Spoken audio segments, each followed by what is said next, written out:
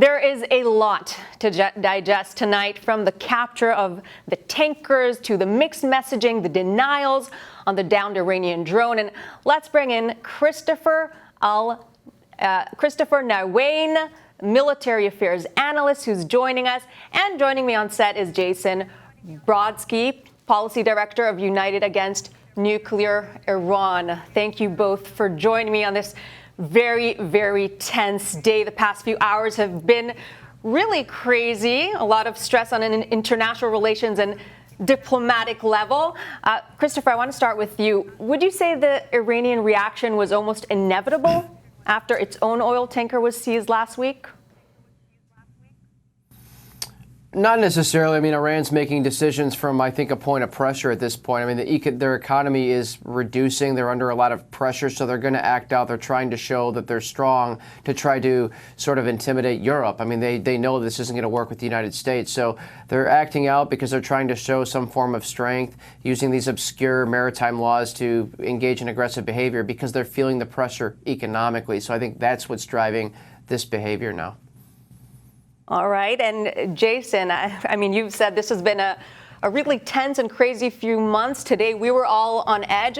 So maybe you can make things a bit clearer for us. There have been denials. On one hand, initially, the Iran Guard said that they stopped an oil tanker. Until today, this afternoon, we didn't realize it's a British oil tanker. That was indeed true. Meanwhile, still conflicting reports about that drone. Make some sense out of all of this.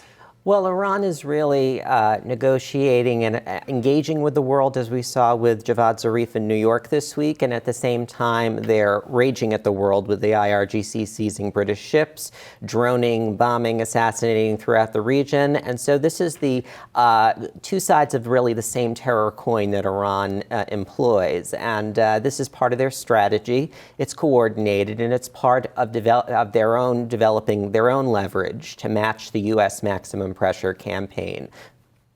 Well, one of the things that's kind of gone unnoticed in all of this chaos, and I'd want to hear both of your reactions, is Zarif's call for some moderate negotiating plans to ease the tension. And with everything that's happened, his statements and remarks have been pushed aside. Christopher, what's your take on that? Is it truthful? I'm not really sure. I mean, again, it's sort of, the reason why the issues relating to proliferation are a problem are because of the tone and the sort of this uniform government that's run by the clergy that's so aggressive. So Iran is a problem. We're trying to reduce those types of behaviors through these sanctions. So, again, it's just so difficult to trust the government statements, the way that their diplomats are communicating. So it's difficult we just have to assume they're acting in bad faith. I think that's the best answer to that. Okay, Jason, do you agree? Are they acting in bad faith? Well, they're playing a double game, as I was saying. Javad Zarif is on the same Supreme National Security Council that the head of the IRGC is on. And so this is a coordinated play.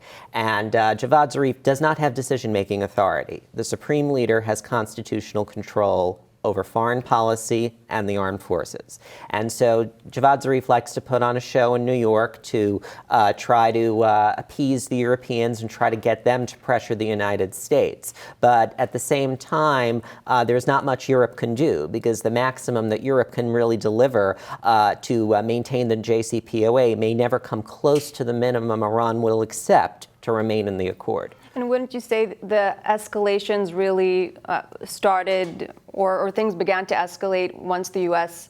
pulled out of the nuclear deal? Well, the kinds and the nature of what Iran's been doing in the region has remained unchanged for 40 years. It's the pace that's picked up since that time, and that's part of Iran's attempt to create leverage to put pressure, impose their own maximum pressure campaign on the United States. So right now we're seeing retaliation following retaliation. Christopher, do you think things can escalate further at this point? I don't know that they will. I mean, you were having these sort of flashpoints and these sort of short-term aggressive actions. But in the long term, I don't think that's going to happen, because I think Europe's been able to view that the U.S. policy, the more strong-handed approach, it does work. And I guarantee you this would not be happening with U.S. personnel and vessels over there if when the hammer comes down. But economically, I think that is driving the behavior. The economic pressure is working with Iran.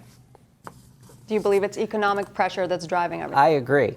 It is working. We've seen Iran come to the table and choose acquiescence over resistance in many points throughout its history. In 1988, at the end of the Iran-Iraq War, the Ayatollah Khomeini drank the poison chalice.